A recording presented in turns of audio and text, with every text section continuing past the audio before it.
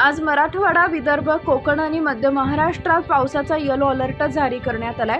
काही भागात पावसाला सुरुवात झाली, अनेक भागात ढगाळ वातावरण आहे। वर्धा आणि अमरावती इथं उष्णतेच्या लाटेचा इशारा देण्यात आलाय। आज गारपिटीसह पाऊस होण्याचा अंदाज आहे। काही दिवसांपूर्वीच पावसानं विश्रांती घेतली होती, मात्र त्यानंतर आता पुन्हा पाऊस सुरू झाला।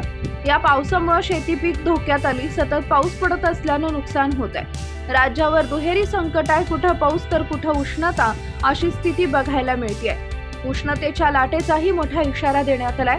यासोबतच पुढील 3 तासात मुंबई उपनगर, ठाणे, रायगड, पालघर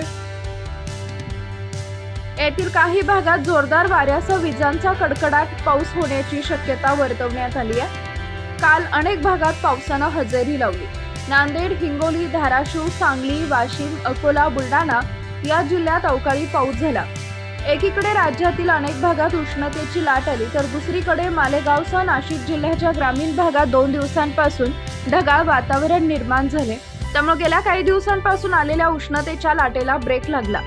मराठवाड्यात पुढील 2 दिवसांसाठी येलो अलर्ट जारी करण्यात आला असून ताशी 30 ते 40 किलोमीटर वेगानं वादळी वारे, गारपीट आणि मुसळधार पावसाची शक्यता हवामान विभागानं वर्तवली आहे। नांदेड, परभणी आणि हिंगोली जिल्ह्यात पावसानं हजेरी लावली आहे, तर संभाजीनगरमध्ये तापमानाचा पारा घसरून सकाळपासून ढगाळ वातावरण पाहायला मिळते। चंद्रपूर जिल्ह्यात सध्या वाढत्या उष्णतेच्या पार्श्वभूमीवर विद्यार्थ्यांच्या आरोग्याच्या दृष्टीनं महत्त्वाचा निर्णय घेण्यात आलाय। सध्या चंद्रपूर जिल्ह्यात उन्हाचा तीव्र तडाखा जाणवत असून तापमान 44 अंश सेल्सिअस पर्यंत पोहोचले। दिवसेंदिवस उष्णतेची तीव्रता वाढत असल्यानं शाळा व महाविद्यालयात जाणाऱ्या विद्यार्थ्यांच्या आरोग्यावर विपरीत परिणाम होण्याची शक्यता निर्माण झाली आहे। दुपारच्या कडक उन्हात शाळा सुटल्यानंतर विद्यार्थ्यांना घरी जाताना होणारा त्रास टाळण्यासाठी जिल्ह्यातील सर्व प्रकारच्या शासकीय, अनुदानित व खाजगी शाळा व महाविद्यालयांच्या वेळांमध्ये तात्पुरता बदल करण्याचा निर्णय घेण्यात आलाय। त्यानुसार सर्व शैक्षणिक संस्था सकाळच्या सत्रात सुरू करून जास्तीत जास्त सकाळी 11 वाजेपर्यंत सोडण्याबाबत संबंधितांना निर्देश देण्यात आले।